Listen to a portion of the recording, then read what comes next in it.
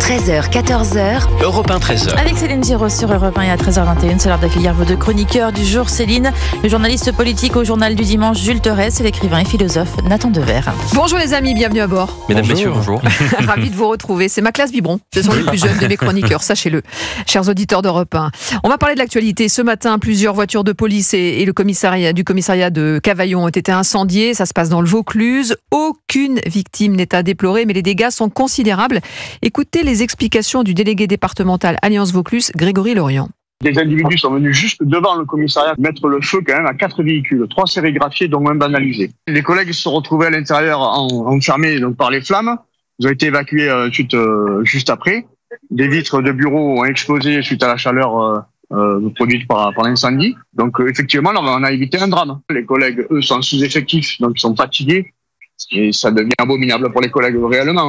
Et l'hypothèse de représailles suite à des opérations de police sur des points de deal est la plus probable à ce stade de l'enquête. Les précisions d'Emmanuel Desjard, le directeur départemental de la sécurité publique du Vaucluse. C'est certainement une réaction des narcotrafiquants, puisque nous menons depuis plusieurs semaines des grosses opérations sur la cité du Docteur M à Cavaillon.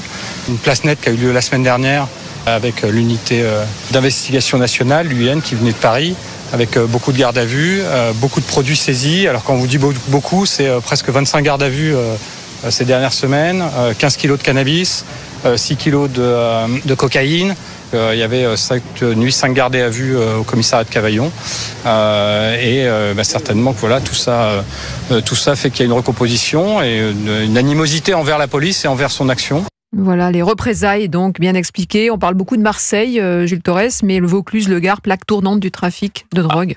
Vous savez, Bruno Bartocchetti nous répète souvent que Cavaillon, le Vaucluse, est l'un des pires endroits aujourd'hui pour être policier, pour être flic en France.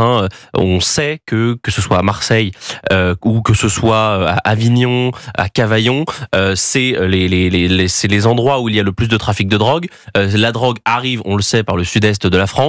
Et ensuite, les réseaux passent notamment par le Vaucluse. Donc, c'est aussi pour ça. Et puis surtout, ça fait partie des endroits où aujourd'hui l'insécurité est la plus grande. Ça fait partie des endroits où les policiers sont confrontés à de plus en plus de délinquants et de personnes qui sont issues de ce narcotrafic. Donc non, c'est pas du tout étonnant cette histoire de Cavaillon. Ça fait longtemps qu'on sait que Cavaillon est un haut lieu du narcotrafic. Et ils ont tapé fort, on l'a entendu effectivement sur les points de deal. On va écouter Bruno Bartocchetti justement qui tire la sonnette d'alarme. Je suis aussi très très en colère quand j'entends bien sûr notre ministre de l'Intérieur qui dit la peur doit changer de camp. Si cette peur doit changer de camp, ce n'est pas seulement le ministre de l'Intérieur qui doit s'exprimer, c'est maintenant, et il est important que la classe politique, que notre gouvernement prenne des mesures beaucoup plus fortes pour protéger les policiers aujourd'hui qui travaillent dans des conditions très très très difficiles. Voilà, Bruno Bartocchetti, délégué de la zone sud du syndicat Unité, qui était l'invité de Pascal Praud ce matin. Nathan Dever. Je ne comprends pas très bien comment la peur pourrait changer de camp.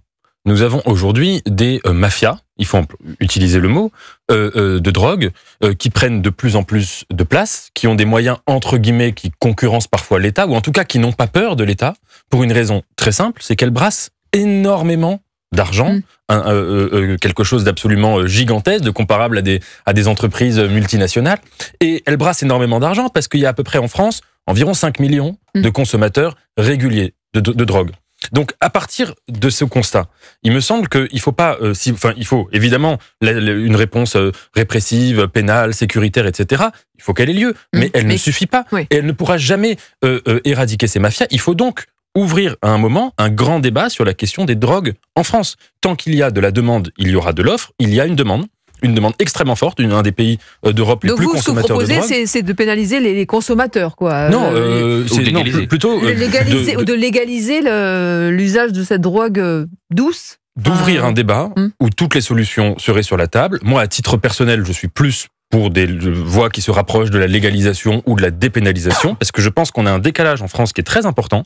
On est un des pays qui a une des législations les plus restrictives sur la question des drogues et un des pays où il y a le plus de consommation. Et force est de constater que tout le monde sait bien que jamais, si vous voulez, l'objectif d'éradiquer la drogue, au même titre que certains veulent créer une génération sans tabac, vous savez, c'est la Commission européenne qui veut faire ça. Dans les deux cas, c'est des objectifs qui n'ont pas de sens. La drogue ne s'éradiquera pas. C'est sans issue. Bah oui, quand vous avez 5 millions de consommateurs qui savent que c'est illégal. Non, mais pilonner des points de deal quand ils sont notamment à côté des écoles, quand il y a des balles perdues. Juste à côté.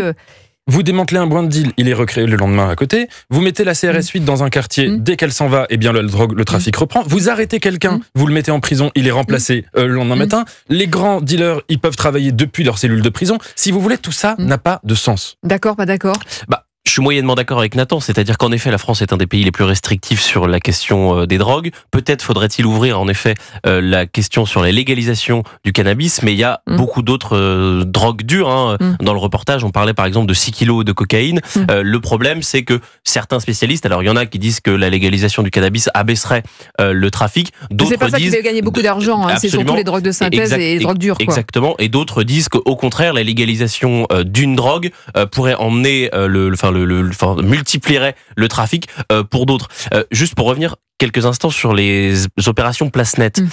On a des chiffres qui nous sont donnés, mais le problème des opérations place nette, c'est que c'est des opérations de communication. C'est des opérations qui vous permettent de faire de la saisie, de dire « Ah, on a pris 6 kilos de cocaïne, 300 grammes d'herbe, mais donc ça représente 200 à 300 000 euros là pour le coup, mais c'est rien par rapport au chiffre d'affaires global du trafic de drogue en France qui est de 5 milliards d'euros. Vous parliez de com, il y a eu le gros coup de com de Darmanin au moment du lancement. Absolument. Mais là, le problème c'est que ça perturbe le trafic de drogue, mais ça ne l'endigue pas. Et donc tant qu'on n'arrivera pas à l'endiguer, on n'arrivera pas à répondre à ces solutions-là. Allez, Jules Torres, Nathan Dever, on reste ensemble bien sûr, on se retrouve dans quelques instants. On va continuer à parler de l'actualité, cette fois-ci du côté de Tourcoing, avec cette nouvelle atteinte à la laïcité et cette jeune femme qui a donc giflé une professeure qui lui avait demandé de retirer son voile. À tout de suite. Et si vous voulez réagir, appelez Céline Giraud au standard d'Europe 1, c'est le 01 80 20 39 21. À tout de suite sur Europe.